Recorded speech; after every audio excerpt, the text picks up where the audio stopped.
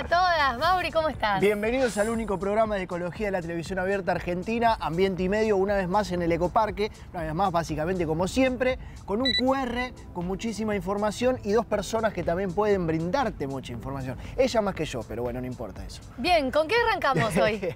Bueno, hicimos un informe que tiene que ver con el transporte marítimo. Ok. Aquellos buques que ingresen a la Unión Europea, no ya, sino dentro de 2 años, 2 años y medio, tendrán, y obviamente generen gases de dióxido de carbono, tendrán que pagar una multa. Mira qué interesante. Es interesante porque, en primer lugar, aquellos buques contaminantes van a tener que empezar a, si se quiere, enmendar esa contaminación con dinero. Y lo segundamente interesante tiene que ver con que nos permite abordar en este informe sobre cómo contamina el transporte marítimo. ¿Y por qué no que aparezcan alternativas que cada vez contaminen menos? Por supuesto. ¿Vos? Muy bien. Yo estuve de paseo por Chivilcoy. Bien. Donde una Lugar vez más... al que fui. Exactamente. Quiero mucho. El año pasado Mauri ya estuvo ahí. Este año me tocó a mí para ir a conocer también cómo es que viene trabajando RSU Ambiental con distintas empresas. En este caso fuimos a conocer la empresa de Neutral Mix. Bien. Que lo que hace es comida balanceada para ganado. Así que bueno, ver de esta forma cómo las industrias pueden ir adaptando toda su gestión para cada vez impactar menos. Me parece excelente seguir incorporando nuevas empresas, nuevos sistemas productivos a este hermoso mundo que es el ambientalismo, que además en este programa Ambiente y Medio tiene un exposible que tiene que ver con algo medio ancestral, ¿o no? A ver, yo te hago una pregunta. Sí. ¿Cuándo llueve? Sí. Vos Sí. juntás el agua, salís corriendo, ¿qué haces? Honestamente, Sí. No mucho más que, si se puede, si tengo la oportunidad, en cuanto a tiempo y espacio, me voy abajo del agua A y la mojarte. disfruto. Me encanta eso, pero no la recolecto, debo Bueno, confesar. yo hace rato que desde que tengo un balcón en el que cae el agua, aprovecho para dejar ahí a mano un baldecito y Bien. después aprovechar ese agua para regar mis plantas. En mi caso no tengo balcón, no tengo exterior, tendría que ser medio ahí en la calle, pero es interesante pensar en qué nos serviría recolectar el agua de lluvia a partir de este es posible.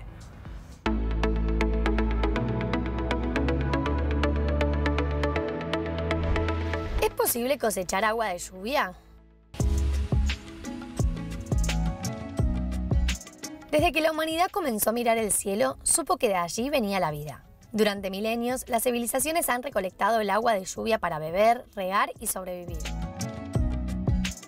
En el sur de la India, ya en el año 3000 a.C., la gente construía enormes tanques de piedra. En la antigua Roma, las casas tenían techos inclinados que llevaban el agua directamente a cisternas subterráneas. No es una moda, es parte de nuestra historia. Hoy, cuando el cambio climático apremia, la sequía se extiende y el agua se encarece. Recolectar agua de lluvia es una solución sostenible y perfectamente replicable en casas, escuelas, edificios, barrios y ciudades enteras. Puede utilizarse para regar jardines, limpiar, lavar ropa, el auto e incluso con el tratamiento adecuado para consumo humano. La tecnología ha evolucionado y hoy existen kits domésticos, comunitarios y hasta mega infraestructuras municipales.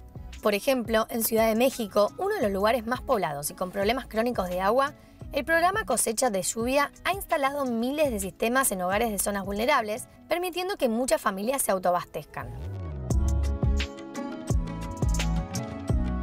En Sao Paulo, Brasil, hay edificios con techos verdes. En Barcelona, centros públicos almacenan lluvia para el riego de jardines y limpieza. Y sin ir tan lejos, en nuestro país, el INTA viene impulsando la construcción de cisternas. Algunas casas inteligentes integran sensores para medir el nivel de agua recolectada y hasta apps que indican cuándo es momento de juntar. Puede ser incluso en grandes macetones opacos con tapa. Es una práctica que empodera. Nos devuelve el control sobre un recurso vital, reduce la presión sobre las redes públicas, ayuda a prevenir inundaciones, mejora la resiliencia climática y transforma algo tan simple como la lluvia en una oportunidad. En tiempos de crisis hídrica, cada gota cuenta. Y la próxima vez que llueva, en vez de correr a refugiarnos, tal vez podamos pensar, ¿y si la junto? Es posible.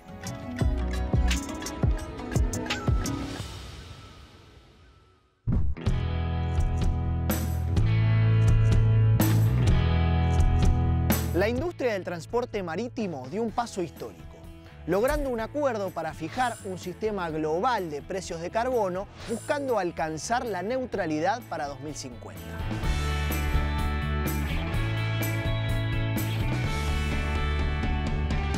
El 11 de abril pasado, buscando reducir las emisiones de gases de efecto invernadero del transporte marítimo, que adelantamos son significativas, se logró este acuerdo que además es el primero de este tipo en este sector comercial.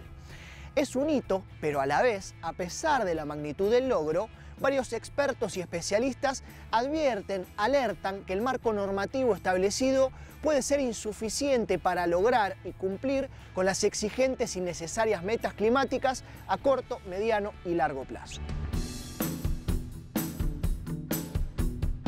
En resumidas cuentas, para el año 2028, quizás la primera gran crítica que se le puede hacer al acuerdo, porque la acción climática no puede esperar, los miembros de la Organización Marítima Internacional implementarán un sistema que impondrá un gravamen, un impuesto, sobre las emisiones de los barcos de más de 5.000 toneladas brutas. El acuerdo tiene dos objetivos principales. El primero de ellos, más accesible y realizable, tiene que ver con una reducción en la intensidad del combustible de los barcos, que marca una reducción del 4% para el año 2028 en comparación con los niveles de 2008, que se elevará al 30%, la misma reducción del combustible, para el año 2035. El segundo objetivo, también en materia de reducción de combustible, es más ambicioso, pero ojalá que no menos realizable. Fija una reducción del 17% para el año 2028, que se elevará al 43% para el año 2035. El sistema global de precios de carbono entra en vigencia cuando las naves que no logren cumplir con los objetivos deberán pagar una multa por cada tonelada de emisiones que superen esos límites establecidos. Al mismo tiempo que se compensará a aquellos que sí logren cumplir las metas, incentivando el uso de combustibles bajos en carbono, como por ejemplo biocombustibles, hidrógeno o electricidad. El transporte marítimo, fundamental para la globalización comercial, es responsable del 3% de las emisiones globales de gases de efecto invernadero, lo que equivale a lo que emite, por ejemplo, un país como Alemania. Además del carbono, contribuye significativamente a las emisiones de óxido de nitrógeno y azufre. 14% al total global de las emisiones de óxido de nitrógeno, 13% del total global de las emisiones de azufre. Tiene un alto impacto en la salud de las personas, liberando partículas contaminantes como el carbono negro y sustancias que afectan las vías respiratorias y la salud cardiovascular. Los derrames de petróleo, la contaminación de las aguas mientras escuchamos su sonido y la destrucción de los hábitats acuáticos también son un punto importante a destacar. Como así también la comparación con otros medios de transporte, siendo el marítimo mucho menos eficiente en términos de emisiones por tonelada transportada. Un buque, según un estudio del diario británico The Guardian, puede contaminar lo mismo que 50 millones de autos. Las críticas al acuerdo. La ONG Transport and Environment, Transporte y Ambiente, considera que con una recaudación anual de tan solo 10.000 millones de dólares, parece una barbaridad, pero estamos hablando de una industria gigante, no serán suficientes para financiar una transición completa hacia combustibles limpios.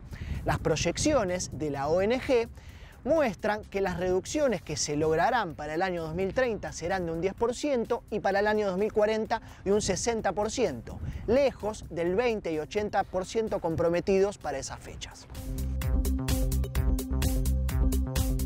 Otro punto interesante a destacar es el riesgo de que este acuerdo impulse un uso desmedido de los biocombustibles. Aparente solución, pero que podría tener sus efectos adversos para el ambiente, como una alta tasa de deforestación.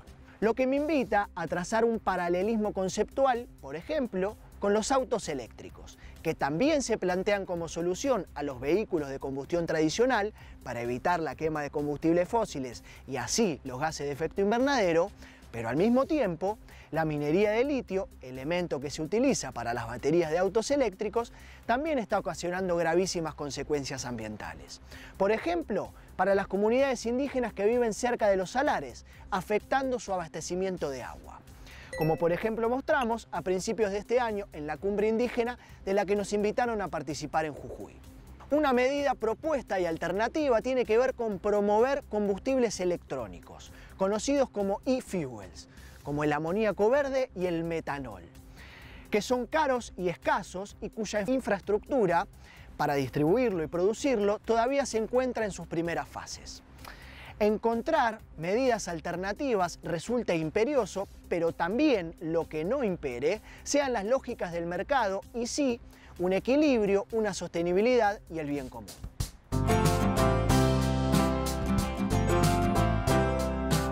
Estados Unidos es uno de los países que presenta oposición política porque nada quiere saber con ser más sustentable. Y esa es otra de las críticas que se le puede hacer al acuerdo. Porque si se puede pagar una multa, de alguna manera significa que no es obligatorio. Y algunos países podrían optar en pagar ese impuesto en vez de elegir ser más sustentables. Pero a pesar de las críticas y a pesar de lo insuficiente que pueda llegar a ser el acuerdo, está claro que sienta las bases para construir políticas más estrictas y eficaces.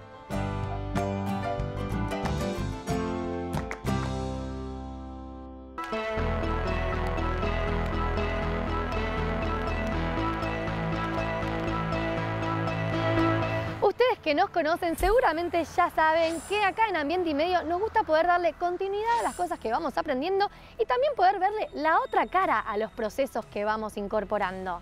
Primero Tommy, después Mauri, se vinieron para esta zona de la provincia de Buenos Aires, a Chivilcoy, al municipio de Chivilcoy, para conocer cómo funciona la empresa RCU Ambiental que se encarga de la gestión de residuos de distintas industrias. Es por eso que en esta oportunidad a mí me tocó venirme a una localidad muy cercana, al municipio de 9 de Julio, a conocer a Neutral Mix y saber cómo gestionan junto a RCU Ambiental sus residuos.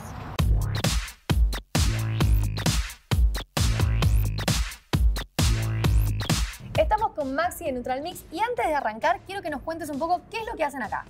Bueno, en Neutral Mix nos dedicamos a la fabricación y comercialización de alimentos balanceados para animales. Bueno, estamos ubicados en 9 de Julio, provincia de Buenos Aires. Acá nacimos hace 21 años que tenemos como empresa. Y bueno, fuimos creciendo. Ahora estamos también en Trenquelauquen y en la localidad de Quiroga, donde tenemos también 2 plantas de fabricación, junto con la de 9 de Julio. Bueno, hace que lleguemos a productores agropecuarios, justamente, que son nuestros clientes. Y bueno, abarquemos toda la zona, digamos, desde provincia de Buenos Aires, sur de Córdoba, oeste de La Pampa. Estamos ahí en crecimiento en ese proceso. Buenísimo. Y yendo al tema que nos convoca, que es el de la gestión de los residuos en una industria tan importante como es Neutral Mix, me gustaría preguntarte cómo es que arrancaron con este proceso. ¿Qué los disparó a empezar a gestionar correctamente sus residuos? Bueno, en realidad también era una preocupación desde la gerencia de la empresa de bueno, cómo gestionamos lo que producíamos o todo lo que es el residuo, ¿no?, de lo que uno produce. Y empezamos a ver opciones y ahí, bueno, empezamos a trabajarlo desde hace ya por lo menos unos 5 años de manera continua y con un objetivo concreto, que es justamente mitigar el impacto y tratar de ser una empresa consciente del triple impacto ambiental, social y económico. Y a raíz de eso es que, bueno, empezamos a buscar diferentes alternativas y sobre todo a aprender cómo se hacen las cosas, y para eso nos asesoramos y demás. En esa búsqueda también apareció un poco esto de, bueno, ¿qué hacemos con, por ejemplo, las bolsas de rafia, que son parte de nuestro proceso importante, tanto de nuestra materia prima como del producto terminado?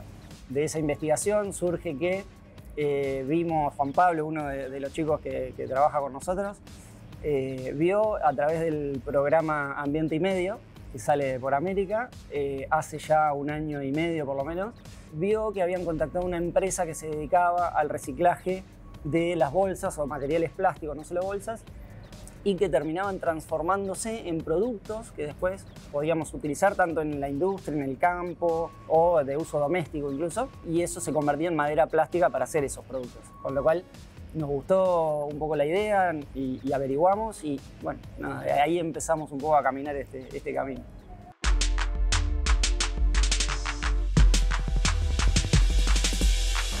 así, todas las bolsas de rafia que usa Neutral Mix se van para la planta de RSU Ambiental para convertirse ni más ni menos que madera plástica.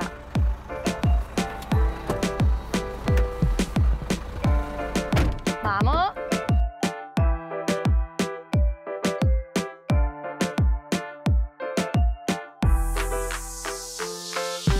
¿Cómo se lleva adelante esta separación de residuos? ¿Cuáles son los residuos que se recuperan? ¿De qué manera se tratan? Bien, bueno, tenemos diferentes clases de residuos y en general los que más producimos y lo que hicimos foco fueron los que más volumen tenían, ¿no? Que en este caso son las bolsas, generalmente de rafia o bolsones, porque tenemos materia prima que usamos que llega en bolsones, nosotros que producimos a través de bolsas.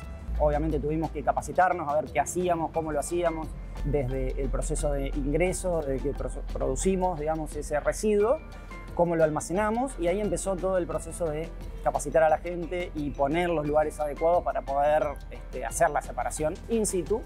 Y eso a su vez después nos llevó a tener lugares más adecuados para la separación de residuos. Hoy separamos básicamente todo lo que es plástico, cartón, todos los reciclables.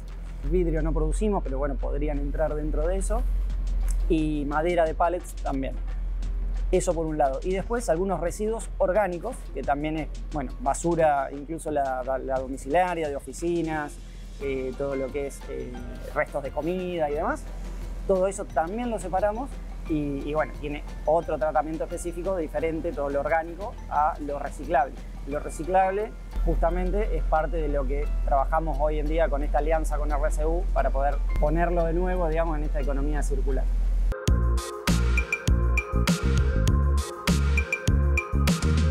Y con estas bolsas también lo que hacemos es, a través de un convenio que generamos con el municipio de 9 de Julio y el Centro Provincial de Atención de Personas en Situación de Vulnerabilidad y demás, bueno, llevamos las bolsas que recuperamos de nuestros productores, nuestros clientes, que nos devuelven las bolsas para que no queden tiradas en los campos.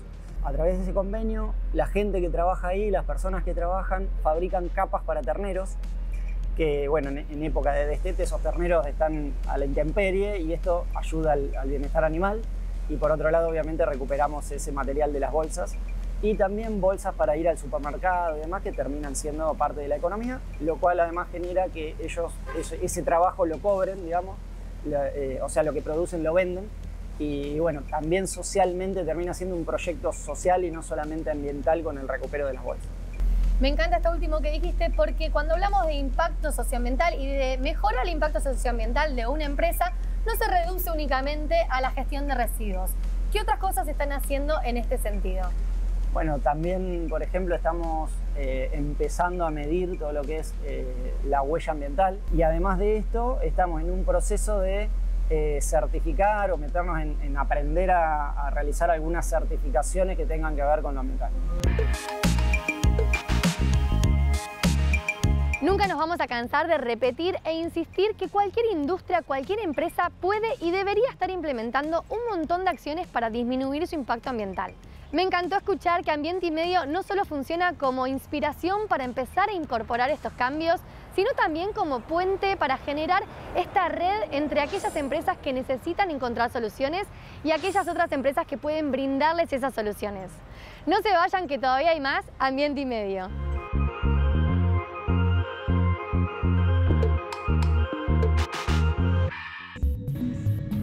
El primer documental argentino sobre cambio climático llegó a Flow. Un documental de Sergio Federovisky y Fundación Ambiente y Medio. Si el calentamiento global es el resultado del modelo de producción y consumo impuesto por los países centrales, ¿qué nos sorprende de este presente? Punto de no retorno no es el fin del mundo. Es el fin del mundo tal como lo conocemos. Míralo ahora en Flow.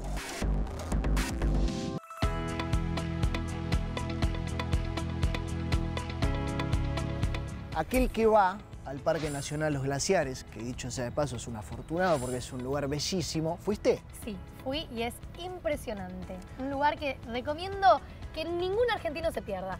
Ya lo dije en el informe que hicimos hace poquito, pero yo fui 2 veces y la segunda fue igual de impresionante que la primera. Y eso es la magia, ¿no? También. Eso es la magia. Bueno, aquel que va al Parque Nacional Los Glaciares puede tener una parada muy interesante en un museo que se llama Glaciarium, que también obviamente queda en Calafate y que nos permite entender un poco más, abordar esa visita de otra manera con un conocimiento teórico, técnico, científico, histórico de lo que significan los glaciares en la Patagonia. Muy bueno, Bien, ¿no? muy bueno. Bueno, ¿vos qué tenés? Bueno, yo seguí por Chivilcoy, en donde asistimos a un evento gastronómico y aprovechamos no solamente para disfrutar de ese encuentro local, sino también para generar conciencia, ¿no? Porque estos eventos lo que tienen es esta posibilidad de generar un impacto en cada uno de los asistentes, y ahí estuvimos con Fundación Ambiente y Medio formando parte de esto y viendo cómo siempre que vamos a un evento de este tipo, qué actividades podemos hacer para disminuir nuestro impacto. ¿Comiste algo rico? Hicieron algunos gestos por atrás. ¿Que se comió rico? Que Y se sí, comió claro, rico. siempre Bien. se come muy rico. Bien, perfecto, me alegro mucho. Aquellos que estuvieron siguiéndonos en redes, y si se quiere es una introducción a la entrevista que se viene, que es sobre olas de calor con Carlos Ferreira, aquellos que nos siguieron en redes habrán visto que yo estuve en un viaje muy particular Y muy interesante, contanos y más. muy porfa. lejano también. Muy. Fui a participar de un curso sobre desastres naturales en la República Popular de China, bien lejos, y me llevé una experiencia primero teórica, académica, porque fui a cursar, una cursada bastante extensa, de 9 a 5 de la tarde, y además una experiencia cultural, una mezcolanza con un montón de nacionalidades, sobre todo del Caribe, de nuestro continente. Y la verdad que me llevé una experiencia increíble, sobre todo en lo que tiene que ver con el abordaje de las políticas públicas para la prevención del riesgo de desastres naturales. Qué linda red que armaste ahí, ¿no? Bueno, sí, un montón de conocidos, seguimos mensajándonos, por ejemplo, con gente de Bahamas. Y sobre todo lo interesante es eso. En primer lugar, sacar las etiquetas políticas de lado, pero al mismo tiempo rescatar que hay un Estado presente, que hay ministerios que se ocupan específicamente de estos temas, además de un Ministerio de Ecología, hay un Ministerio de Emergencia contra los Desastres Naturales. Wow. China es un país que tiene muchos desastres naturales y sobre todo una planificación no solamente en la emergencia, sino en la prevención y a largo plazo. Esa capacidad que tienen los chinos de ver a más de 50 años que nosotros lamentablemente carecemos rotundamente. Y se vincula con la entrevista que vamos a tener porque China maneja y entiende a las olas de calor como un desastre natural. Lo son. Lo son, por supuesto, sobre todo cuando implican riesgos para la ciudadanía, cuando provoca muertos, que es lo que hacen las olas de calor, y sobre todo cuando también provoca desastres a nivel social, a Te nivel satura la infraestructura. energía, te satura. Exacto. Exactamente. Así que con todo ese contexto los invito a ver la entrevista con Carlos Ferreira.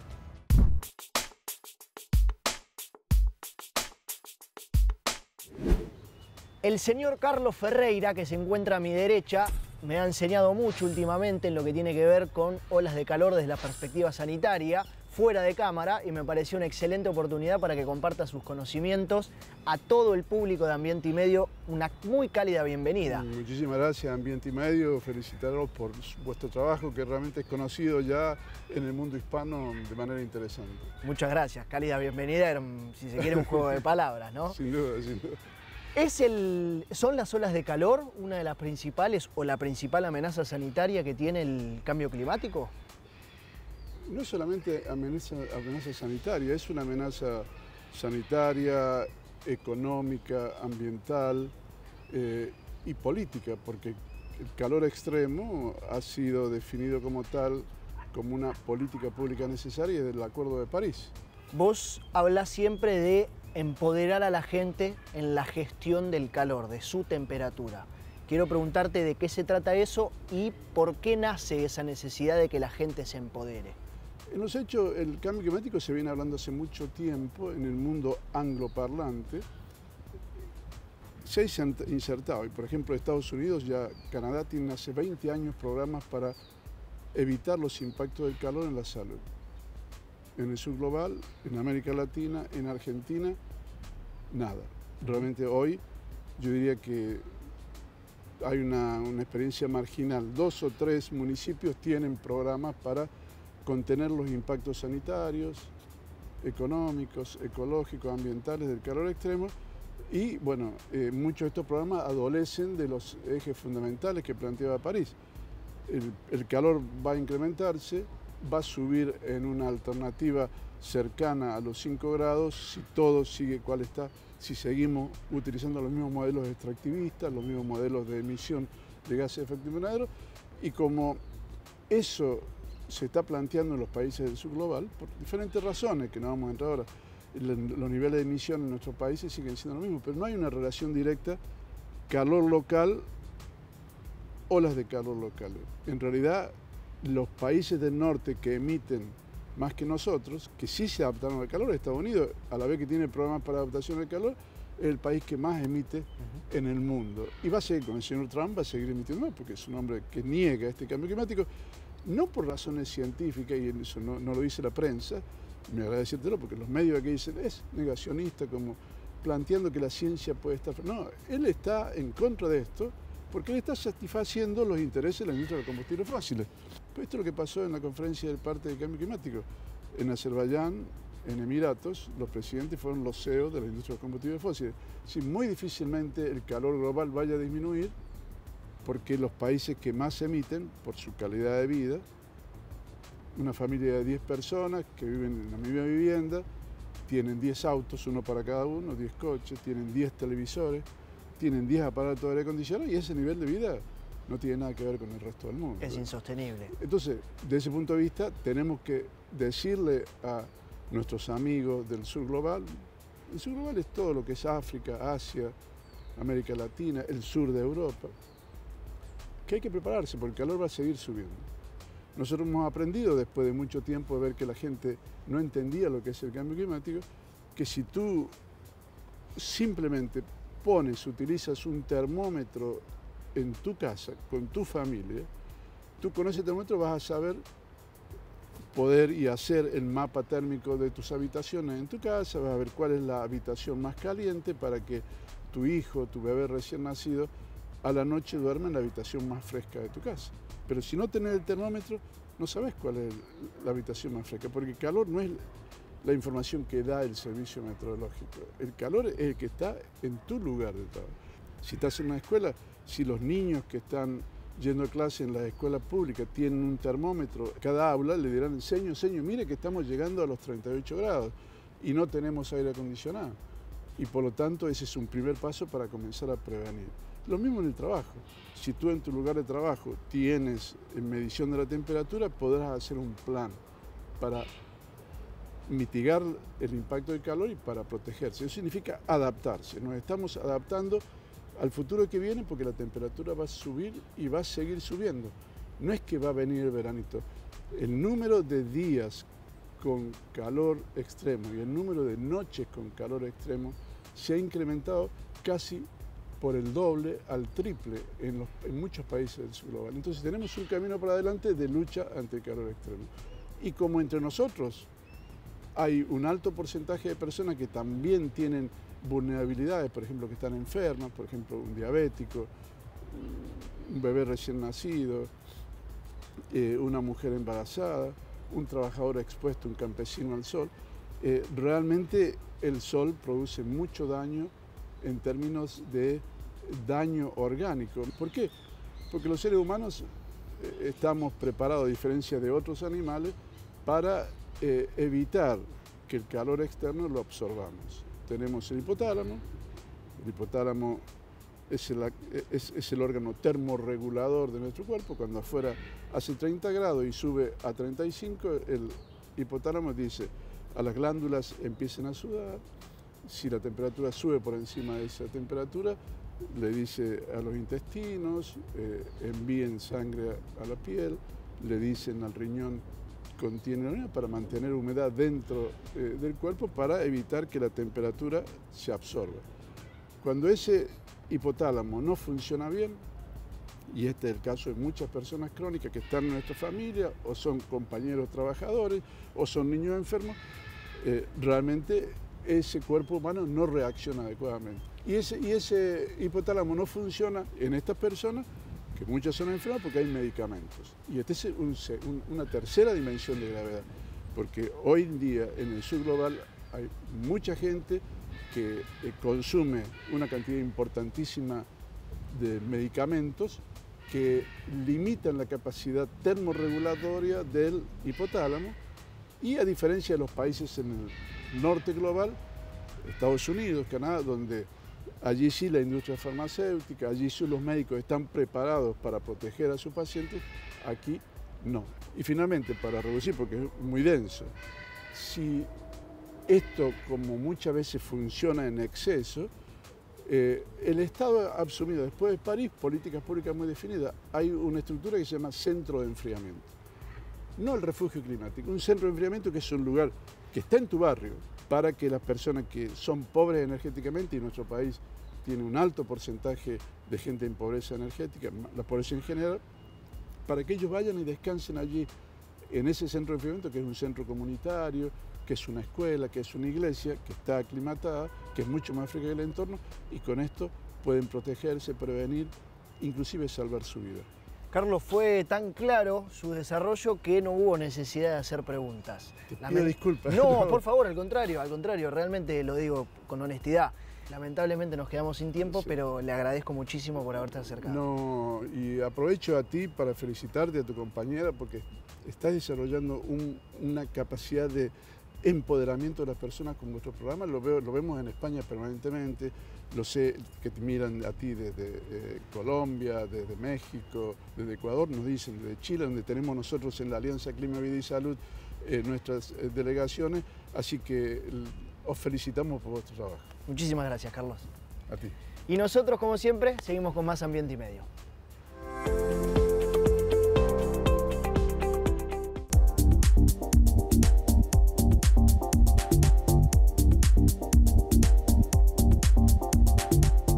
Nos encontramos en un evento que se llama Sabores Gourmet, un evento que se hace una vez al año en el municipio de Chivilcoy, en la provincia de Buenos Aires, que si bien arrancó como un evento de pastelería y gastronomía, año a año vamos viendo cómo se va retransformando hacia otra cosa, ¿no? También empezó a incluir un montón de emprendedores locales que pueden acercarse de esa manera a los vecinos de esta localidad para darse a conocer.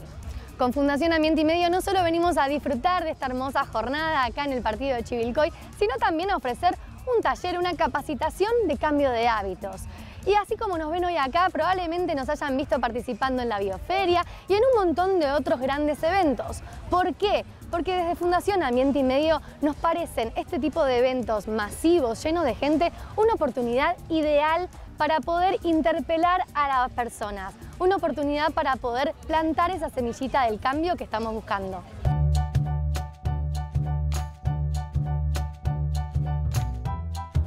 En Ambiente y Medio venimos hablando hace rato de cómo hacer que estos eventos tan masivos tengan un menor impacto ambiental. Podemos incorporar charlas y capacitaciones que permitan hablar de cambio de hábitos, de separación en origen, de compostaje, de consumo responsable. De la mano del Escuadrón Verde podemos generar activaciones en donde nos acerquemos a los participantes para generar este tipo de nuevas conversaciones. Podemos garantizar que la gestión de los residuos de estos eventos se realice de forma correspondiente. Por ejemplo, acá en Chivilcoy, RSO Ambiental garantiza que todos los reciclables generados vayan al destino correspondiente para que puedan ser reciclados. Y por otro lado, la incorporación de emprendedores locales también permite que tengamos un consumo más responsable.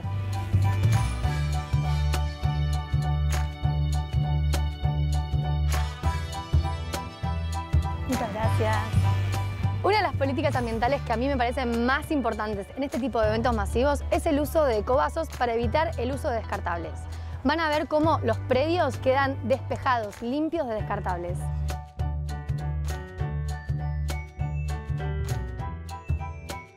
En Fundación Ambiente y Medio nos encanta acompañar y formar parte de estos eventos porque lo vemos como una oportunidad para seguir ejerciendo nuestro rol de agentes de cambio, inspirando a cientos de personas a disminuir su impacto ambiental. Ojalá cada vez sean más los eventos que decidan incorporar esta visión sustentable.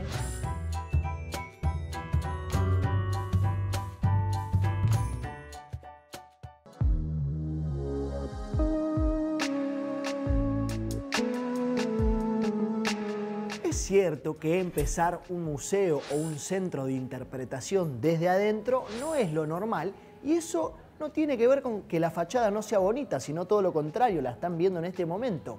Pero adentro es algo especial, tiene ese no sé qué.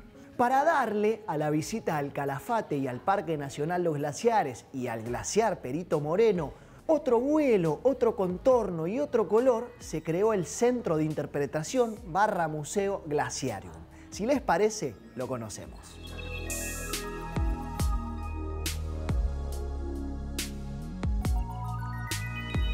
Glaciarium es un centro de interpretación sobre glaciares que ya tiene 14 años de vida y fue una idea que fue madurando hasta que lo logramos construir, porque consideramos que todos los turistas que llegan al Calafate a visitar el Parque Nacional de los Glaciares merecían un lugar donde ellos pudieran aprender más y profundizar sobre el conocimiento de los glaciares, cómo funcionan, dónde hay, no solo en la Patagonia, sino información sobre todo el mundo y por supuesto haciendo hincapié en los glaciares patagónicos. Los glaciares históricamente y mundialmente se usan como fusibles, digamos, como símbolos o como válvulas que te muestran, son muy sensibles a los cambios.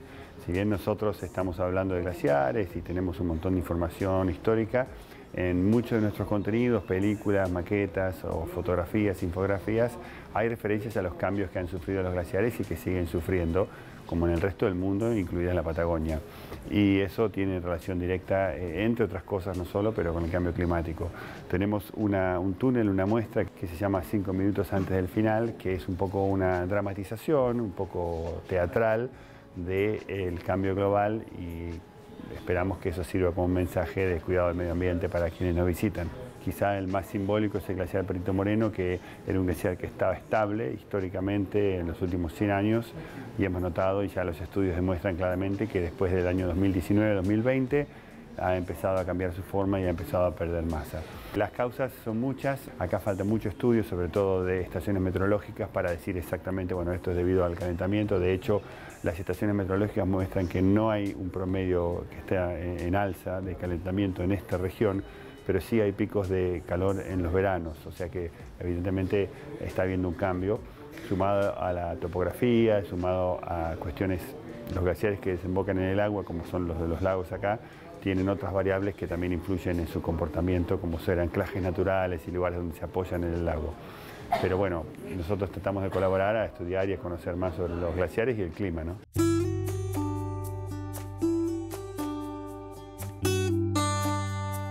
Nacido en Buenos Aires, siempre interesado en la arqueología y la paleontología, aventurero y explorador como él solo, detrás de mí, Francisco Pascasio Moreno, creador del primer parque nacional argentino, uno de los primeros del mundo, y como regocijo recibe que el glaciar, quizás el más lindo del Parque Nacional Los Glaciares, tenga su nombre.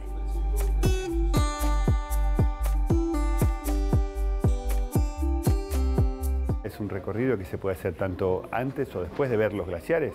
Nosotros queremos que la gente vaya al Parque Nacional, esté en la naturaleza, y ese recorrido, que puede durar un promedio de 1 hora y media en Glaciarium, les va a permitir entender más, y una visita amena, educativa, entretenida, para entender este fenómeno de los glaciares. Pueden seguirnos, a pesar de que si no vienen a Calafate, cualquier persona, en nuestra página web, que es glaciarium.com, o grupos de Facebook y de Instagram, donde nos gusta compartir información de glaciares, no solo de la Patagonia, sino de otro lado del mundo, para difundir esta temática que tanto nos apasiona, así que nos busquen en las redes. ¿Alguna vez estuvieron en un bar de hielo? Menos 11, menos 17 grados bajo cero, donde todo, absolutamente todo, menos nosotros y las bebidas, son de hielo. Esto se encuentra en Glaciarium y por supuesto lo pueden visitar. Eso lo hacemos con moldes de acero inoxidable. Y también tenemos los shots, que acá más que nada servimos lo que son los licores de Calafate. Mirá. Eso lo hacemos con moldes de silicona. Licor de Calafate. Salud.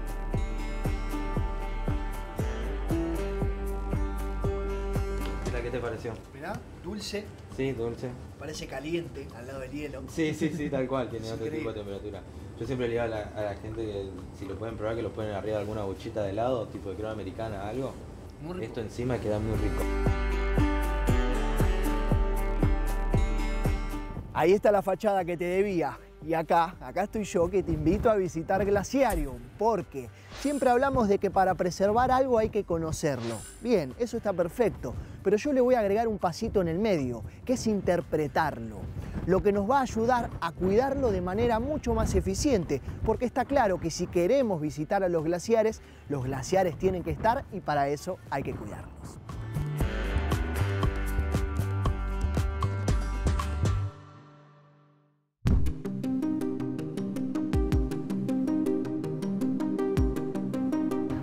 más, Ambiente y Medio viene a visitar al municipio de Chivilcoy, en la provincia de Buenos Aires, invitados por RCU Ambiental, la empresa que se dedica a la recolección y clasificación de todos los reciclables del municipio. Y quiero aprovechar que lo tengo a mi lado a Darío Panelo, CEO de RCU Ambiental, que tal vez se acuerdan del año pasado, cuando Mauri, mi queridísimo compañero, fue a visitar a RCU Ambiental contigo, el lugar donde aprovechan estos materiales, estos plásticos que hoy no tienen un mercado, para transformarlos en maderas plásticas.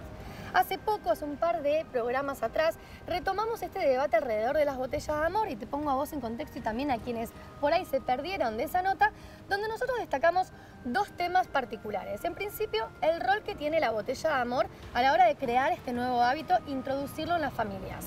Pero por otro lado también aprovechar por ahí esta oportunidad para replantearnos las cosas y por qué las hacemos de esta manera, cuál es el objetivo que buscamos conseguir y por ahí, ¿por qué no?, buscar la forma de hacerlo de una manera distinta. Entonces quiero aprovechar que te tengo acá al lado mío para que nos cuentes, como productor de madera plástica, cómo ves vos esta forma de juntar el material, por qué lo hacemos de esta manera, lo podríamos hacer de otra manera, por qué es complicado, qué limitaciones le encontramos a este sistema. Hola Agus, bueno, ante todo bienvenidos y gracias por estar de vuelta en nuestra querida ciudad. Como bien decías vos, el hábito está instalado y es algo que hay que seguir potenciando y acompañando a todos los vecinos que se sumaron a esta campaña. Ahora me corro de ese rol de la parte más romántica del trabajo en general, de lo ambiental, y después viene la otra pata, que yo creo que es los que participamos en este sistema de reciclaje, de cuidado del ambiente, cada uno en su rol, que cuando tenemos campañas como la de este estilo es no solo potenciar la separación, el cuidado del ambiente y captar al vecino y lograr esto que tanto queremos, que nuestro planeta esté mejor, sino también atender todo el resto de la problemática, la logística, la industria, la mano de obra, la economía que eso genera, porque si no estos proyectos después terminan teniendo esa pata débil y muchas veces se caen. Y cuando eso ocurre, tenemos captado en el sistema a ese vecino que se toma el trabajo en hacerlo, se desilusiona y después para lograr de nuevo sumarlo a alguna campaña nos cuesta horrores. Nos ha pasado siempre históricamente en el sistema de la gestión ambiental, en el sistema del reciclaje.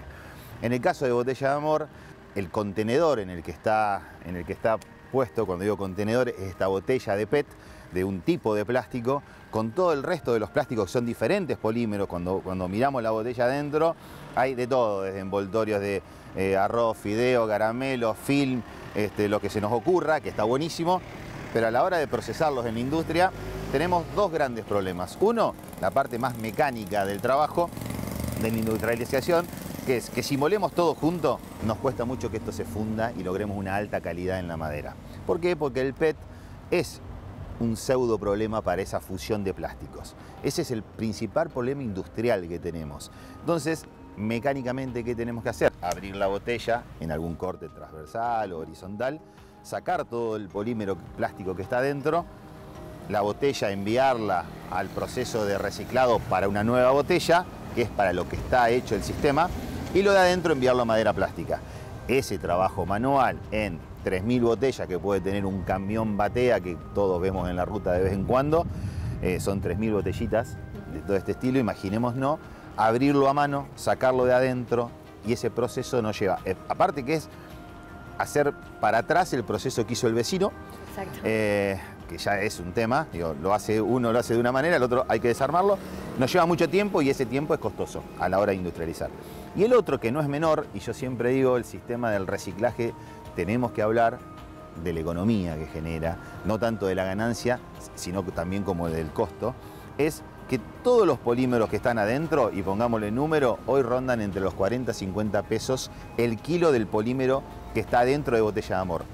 Y la botella PET que está afuera, hoy ronda los 600, 620, 650 pesos el reciclado de esa botella, el valor por kilo a la hora de venderse, comercializarse para que se convierta en una nueva botella.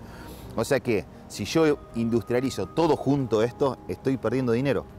Y por eso estos sistemas se caen muchas veces, y de hecho el año pasado y el anteaño hubo empresas que se cayeron económicamente y se tuvieron que cerrar por una cuestión netamente de haber armado mal el negocio y no haber tenido en cuenta esto tan sencillo que lo de adentro es mucho más barato que lo de afuera.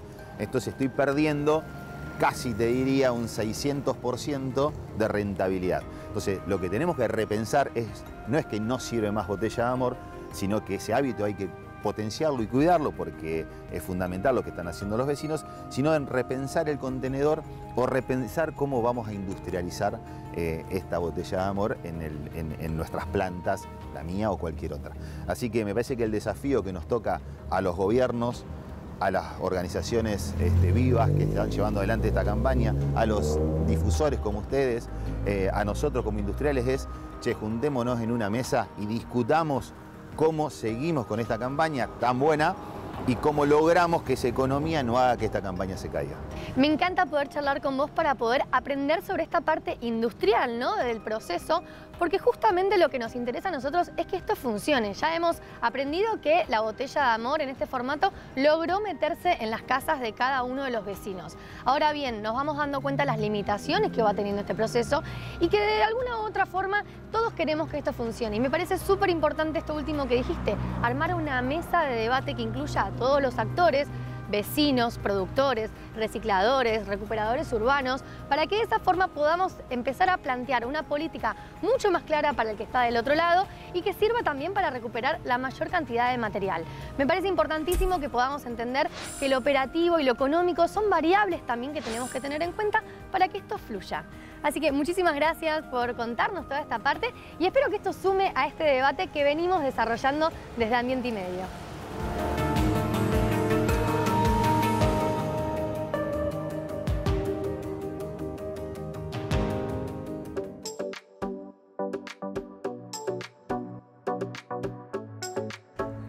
En Bogotá, Colombia, Sara Samaniego, en realidad tiene un nombre artístico, pero sobre todo un perfil de influencer que ha causado revolución no solo en Colombia, sino en casi toda América Latina. Marce la Recicladora es su perfil en Instagram, en YouTube, y ha convertido, si se quiere, y como ella dice, el reciclaje en algo chévere. Tanto es así, a tantas personas ha llegado, que ha terminado de ser tapa o portada del New York Times, nada menor.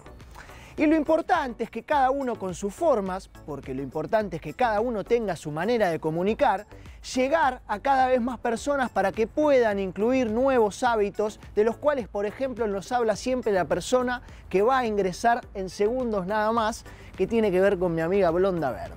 Así es, Marce es una gran colega que sigo hace mucho tiempo porque realmente comparte lo que a mí me gusta compartir también, ¿no? Cómo se recicla en cada lugar, qué cosas sí, qué cosas no, de qué manera, cómo es la cultura de separación en cada lugar.